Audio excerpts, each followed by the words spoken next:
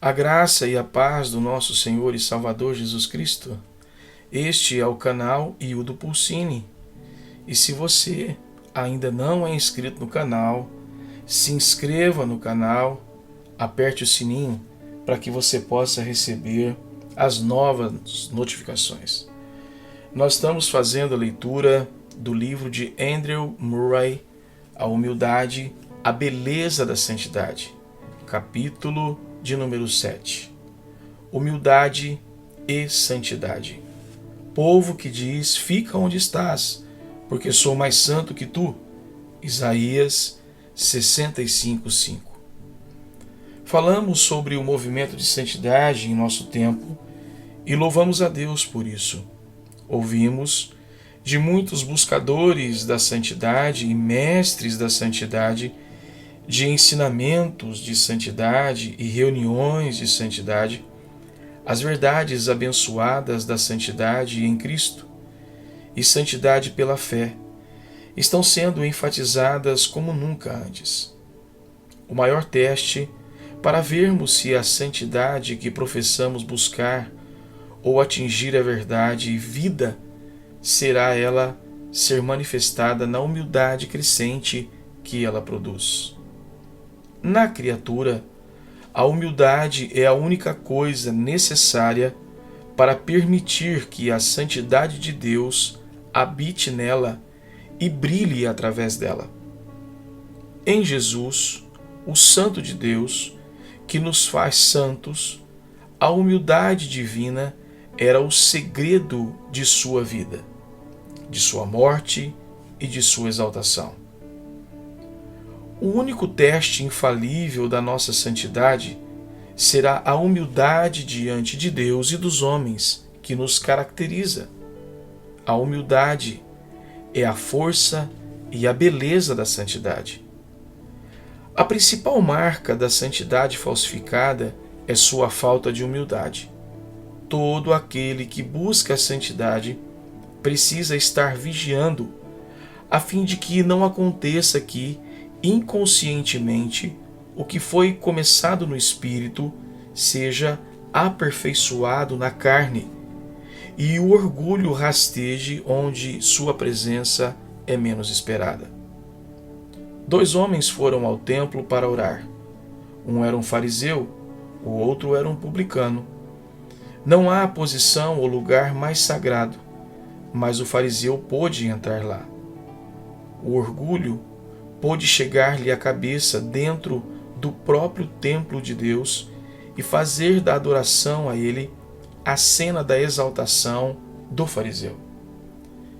Desde que Cristo expôs o orgulho do fariseu, este pôs a veste do publicano. E o confessor de profunda pecaminosidade, bem como o que professava a santidade mais elevada, deve estar alerta. Apenas quando estamos muitíssimos ansiosos para ter nosso coração como um templo de Deus, poderemos encontrar os 2 homens subindo ao templo para orar. E o publicano constatará que o perigo para si não é proveniente do fariseu ao seu lado que o despreza, mas do fariseu interior que elogia e exalta. No templo de Deus, quando pensamos que estamos no Santo do Santo, na presença de sua santidade, vamos acautelar-nos do orgulho. Num dia em que os filhos de Deus vieram apresentar-se perante o Senhor, veio também Satanás entre eles. Jó, capítulo 1, verso 6. Ó Deus, graças te dou, porque não sou como os demais homens, nem ainda como este publicano. Lucas 18:11. O ego acha razão para sua satisfação naquilo que é apenas o motivo para as ações de graças, nas próprias ações de graça que rendemos a Deus e na própria confissão de que Deus fez tudo isso. Sim, até mesmo no templo, quando a linguagem de penitência e confiança somente na misericórdia de Deus é ouvida, o fariseu pode começar a louvar e, agradecendo a Deus, estar congratulando a si mesmo. O orgulho pôde vestir-se com vestes de louvor ou de penitência. Até quando as palavras "não sou como os demais homens" são rejeitadas e condenadas, o espírito delas pode também muitas vezes ser encontrado em nossos sentimentos e linguagem diante de outros adoradores e homens como nós.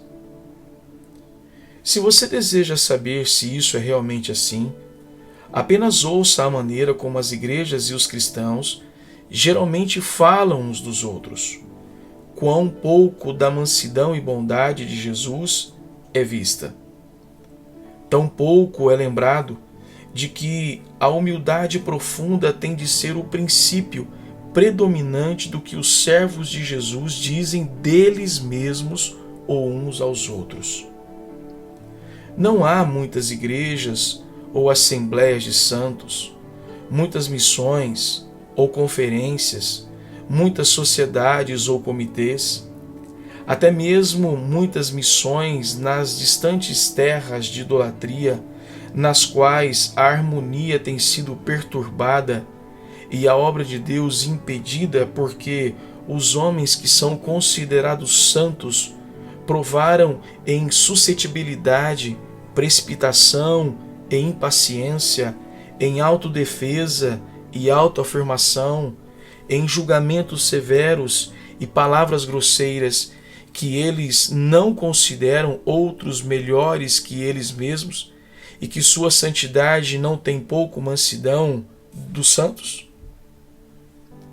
Em sua história espiritual, os homens podem ter tido momentos de grande humilhação e quebrantamento, mas isso é muito diferente de ser revestido de humildade, de ter um espírito humilde, de ter a humildade de mente em que cada um considere a si mesmo o servo dos outros e assim mostra publicamente a própria mente que está também em Jesus Cristo.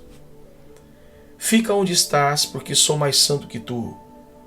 Que paródia sobre a santidade! Jesus, o santo, é o humilde. O mais santo será sempre o mais humilde. Não há nenhum santo a não ser Deus. Temos tanto de santidade quanto temos de Deus. E, de acordo com o que temos de Deus, essa será a nossa real humildade. Pois a humildade não é nada senão o desaparecimento do ego na visão de que Deus é tudo. O mais santo será o mais humilde. Apesar da ostentação audaciosa dos judeus dos dias de Isaías não ser encontrada frequentemente, até nossa conduta nos ensinou a não falar assim. Quantas vezes seu espírito ainda é visto quer no tratamento com nossos companheiros santos, quer no tratamento com os filhos do mundo? No espírito no qual opiniões são dadas e trabalho é empreendido e faltas são expostas, quantas vezes, apesar de a aparência ser a daquele publicano, a voz ainda é a do fariseu. O Deus, graças te dou, porque não sou como os demais homens. E há então tamanha humildade a ser encontrada pela qual os homens de fato considerem a si mesmos menores que o menor de todos os santos. Efésios capítulo 3, o verso 8. E os servos de todos? O amor não se ufana, não se ensoberbece, não procura os seus interesses. 1 Coríntios 13, 4 e 5. Onde o espírito de amor é derramado amplamente no coração, onde a natureza divina vem para um pleno começo, onde Cristo, o manso e humilde Cordeiro de Deus, é verdadeiramente formado no interior, aí é dado o poder de um perfeito amor que esquece de si mesmo e acha sua bênção em abençoar outros, em suportá-los e honrá-los, não importa quão fracos sejam. Onde esse amor entra, Deus entra. E onde Deus entrou em seu poder e revela a si mesmo como tudo, a criatura torna-se nada. E onde a criatura se torna nada diante de Deus, ela não pode ser nada a não ser humilde diante das outras criaturas como ela. A presença de Deus torna-se não algo ocasional, de tempos ou temporadas, mas a cobertura sob a qual a alma sempre habita, e seu profundo rebaixamento diante de Deus torna-se o santo lugar de sua presença, de onde todas as palavras e obras dela procedem. Que Deus nos ensine que nossas opiniões e palavras e sentimentos com respeito aos outros homens são seu teste de nossa humildade diante dele, e que nossa humildade diante dele é o único poder que nos capacita a ser sempre humildes com os homens. Nossa humildade tem de ser a vida de Cristo, o Cordeiro de Deus dentro de nós. Que todos os mestres de santidade, quer no púlpito, quer na plataforma, e todos os buscadores de santidade, quer em secreto, quer na convenção, tomem cuidado. Não há orgulho tão perigoso, pois nenhum é tão sutil e traiçoeiro como o orgulho da santidade. Não é que o homem sempre diga ou sempre pense: fica onde está, sou mais santo que você. Não. Na verdade, esse pensamento é tratado com aversão. Mas lá cresce inconscientemente um hábito oculto da alma, que sente satisfação em seus feitos e não pode ajudar outros por ver quão avançada está em relação a eles. Isso pode ser percebido não sempre numa especial autoafirmação ou autoexaltação, mas simplesmente na carência daquela profunda auto-humilhação, que não pode ser senão a marca da alma que viu a glória de Deus. Jó 42, 5 e 6, Isaías 6, verso 5. Isso revela a si mesmo, não apenas em palavras ou pensamentos, mas num tom, numa maneira de falar de outros, na qual aqueles que têm o dom de discernimento espiritual não podem fazer outra coisa a não ser perceber o poder do ego. Até o mundo com seus olhos penetrantes observa isso e aponta para isso como uma prova de que o professar de uma vida celestial não produz nenhum fruto celestial especial. Irmãos, vamos nos acautelar. A menos que façamos com que cada avanço no que pensamos ser santidade corresponda ao crescimento da humildade, perceberemos que temos nos deleitado em belos pensamentos e sentimentos, em atos solenes de consagração e fé, enquanto a única marca segura da presença de Deus, o desaparecimento do orgulho e do ego, esteve o tempo todo ausente. Venham e vamos fugir para Jesus, esconder-nos nele até que sejamos revestidos com sua humildade. Somente isso é nossa santidade. A ambição é miséria enfeitada, veneno secreto, praga oculta, executora do engano, mãe da hipocrisia, progenitora da inveja, o primeiro dos defeitos, ofensora da santidade e aquela que cega os corações, transformando medicamentos em doenças e remédios em males. Os lugares altos nunca deixam de ser incômodos, e as coroas estão sempre repletas de espinho. Thomas Brooks. Quando procuramos honras, desviamo-nos de Jesus. Victor Hugo.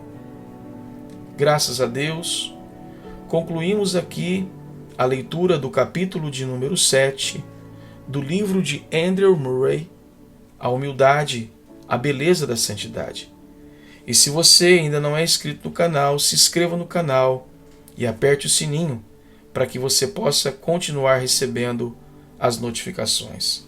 Que Deus te abençoe e fique na paz de Cristo Jesus.